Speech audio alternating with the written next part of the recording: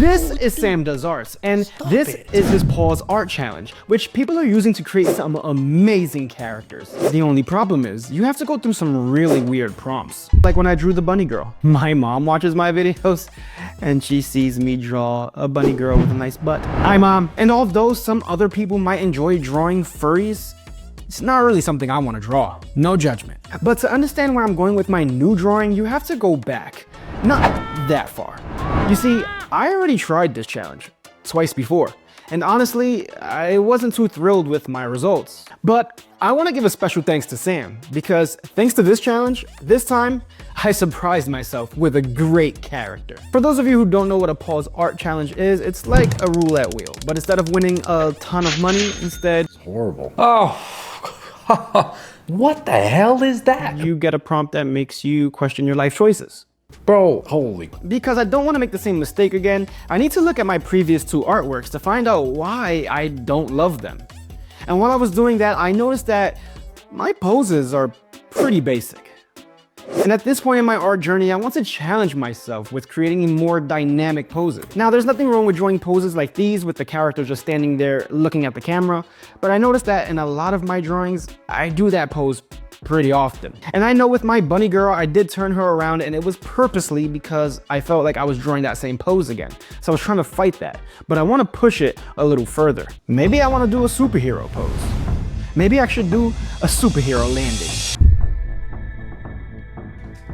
Was that a cool superhero landing? Was it cool? Did I look sexy like Scarlett Johansson? Maybe not. All right. My back. Okay, maybe not a superhero landing, but a cool dynamic pose like a superhero would make. But to start me on this journey, I need to get my prompts. First prompt is the skin, and I got the robot skin. Wait, is it still skin if it's a robot? We're already off to a great start. Next, the eyes. Now I feel like these eyes that I got kind of match the fact that my character is already gonna be robotic, so it was perfect. And I also got long hair, which I did not want. I kind of wanted to draw short hair on this character, but the Pause Art gods have spoken. They have spoken! At least it's not a bad haircut so bad that your character wants to wear a hat every time he records a video.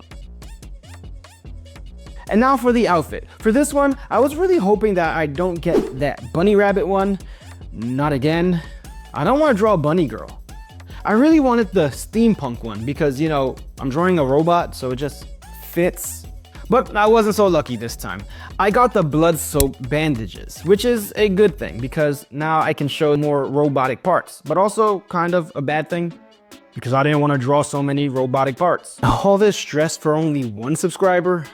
But we're gonna make it work because at least it's not the bunny. Next, we got the purple eye color and then the accessories. There's one in particular that you can probably guess that I don't want. The furry. And the Pause Art gods were on my side this time because instead I got the demon. Which I also didn't want, but you know, they have spoken! And now that I have all my prompts, it's time to turn my base sketch that I have of the pose into this amazing character. So I'm going to start with the hair because, let's be honest, I know it's going to give me some issues. When you're working on a dynamic pose like this, the hair can't just be sitting there looking pretty. It has to join in on the action. If your character is jumping or flying through the air, then the hair has to be interacting with the wind. You have to add some movement into your hair, kind of like it's its own character. And this is why I wanted short hair for the character, because with short hair, you don't really have to worry about how it interacts with the wind. It won't be flowing. No wild wind-blown tangles to worry about. But hey, why should I take the easy way out anyway? As an artist, and with any profession, you want to challenge yourself. The best improvement comes when you step out of that comfort zone. You want to get comfortable with being uncomfortable. And that's how you grow. And just like this character's beautiful flowing hair, like every strand, that's what I'm doing. I'm growing. Now moving on to anatomy, because this pose is very dynamic, I need to know how the anatomy would look in this specific pose. The way the muscles stretch, the way the joints bend, the way the bone structure is, everything. You need to make sure you're accurate. So look up some references online, take your own reference photos, try to get into those poses yourself. My back. I'm not very athletic. I also have these awesome pose toys where you can put them in any pose you want and use these as a reference. And no, I don't still play with toys. These pose toys are actually really great for seeing what your character might look like in 3D. And if you are a person that needs to look at 2D references, you can also just take a photo of them, whatever pose you want. I like the fact that I can see what the pose will look like in a 3D space, so I know what that arm that is behind the character looks like, and I know where it will pop out from, so that your character doesn't look like some weird contortionist. Unless that's what you're drawing, of course. It's also helpful to see how the body will look when it's making certain movements. When your character leans, it's like a chain reaction with the whole body. It's not just one body part. And it helps you see that. So these pose toys are a lifesaver. And they're fun to play with. Don't judge me. So use a reference you find online or have physical references. It doesn't matter. Use whatever you can to help you draw your amazing artwork. One of the things that really helped me in this one are these joints that you see here. You see the joints on the knee and on the ankle and on the elbow, and it really helped me because I am drawing a robot character, so I wanted these things to show in my character as well. So now that I'm happy with the anatomy and the pose, now I'm going to start drawing in the costuming, the clothes, and I also want to start adding some robot parts and armor. So far I already feel like she's better than my other 2 drawings. Let me know what you think in the comments down below. Now that the sketch is ready, it's time to move on to the inking. The inking is the part for me that it starts to look like a complete finished idea. Because my sketch is so messy and chaotic, seeing the finished outlines, the finished inks helps me see and visualize what the finished outcome is going to be. But because it is supposed to be nice and neat, no more sloppy lines, everything has to be perfect and methodic.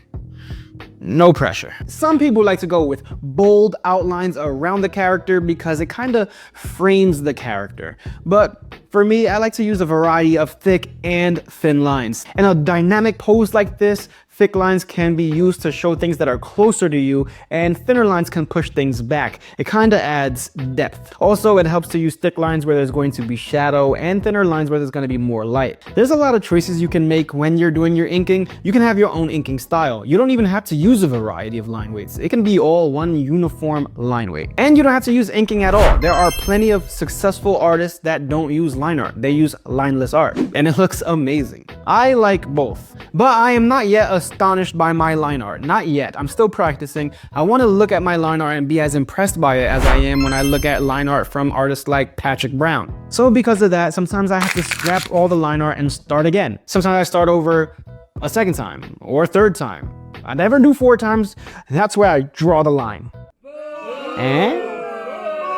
Draw the line.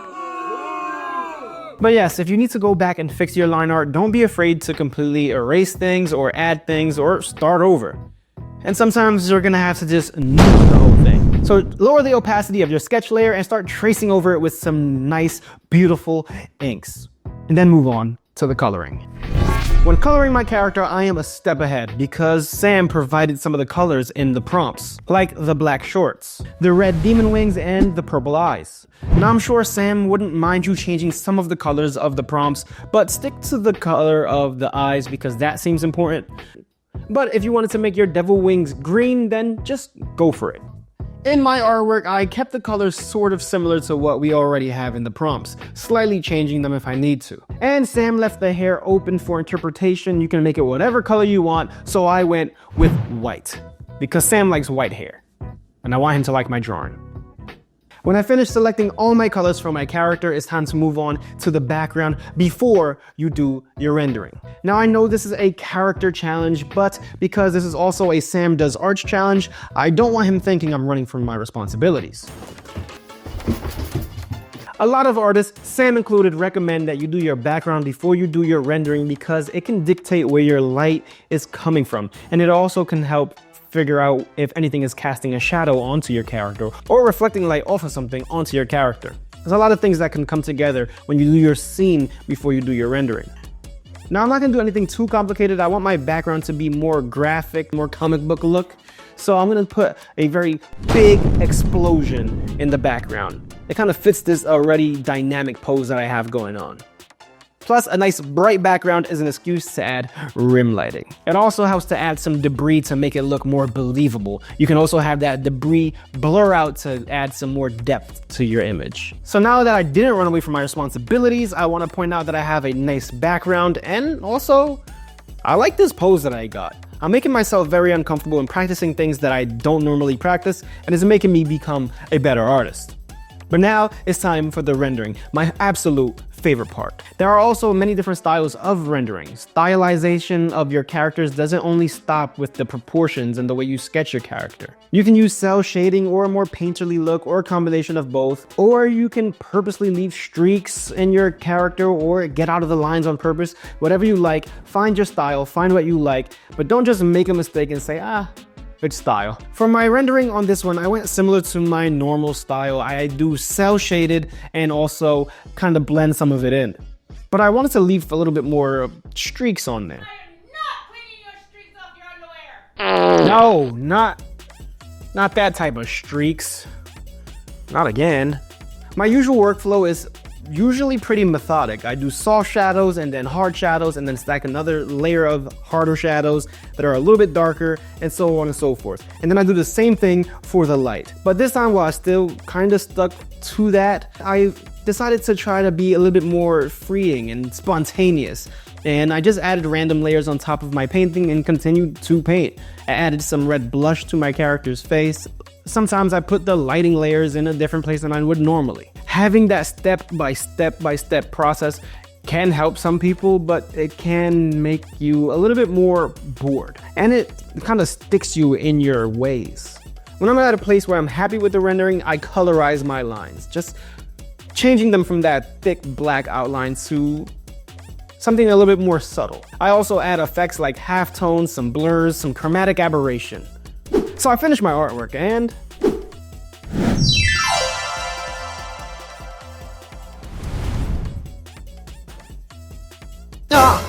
stop it. No, I'm kidding. I just wanted to do that Sam intro, but I absolutely love this character. I think it's my favorite out of the three. You let me know in the comments down below which one is the best. And if you like this sort of thing, you love art and you want to further your art journey, hit subscribe and join me on my journey. And you can watch this video right here where I teach you all the tips and tricks that I use to get from the beginning of my sketch to the end of my beautiful masterpiece. So thank you, Sam. I love this Paul's Art Challenge and I love my character. She's awesome, I think. Thanks for watching.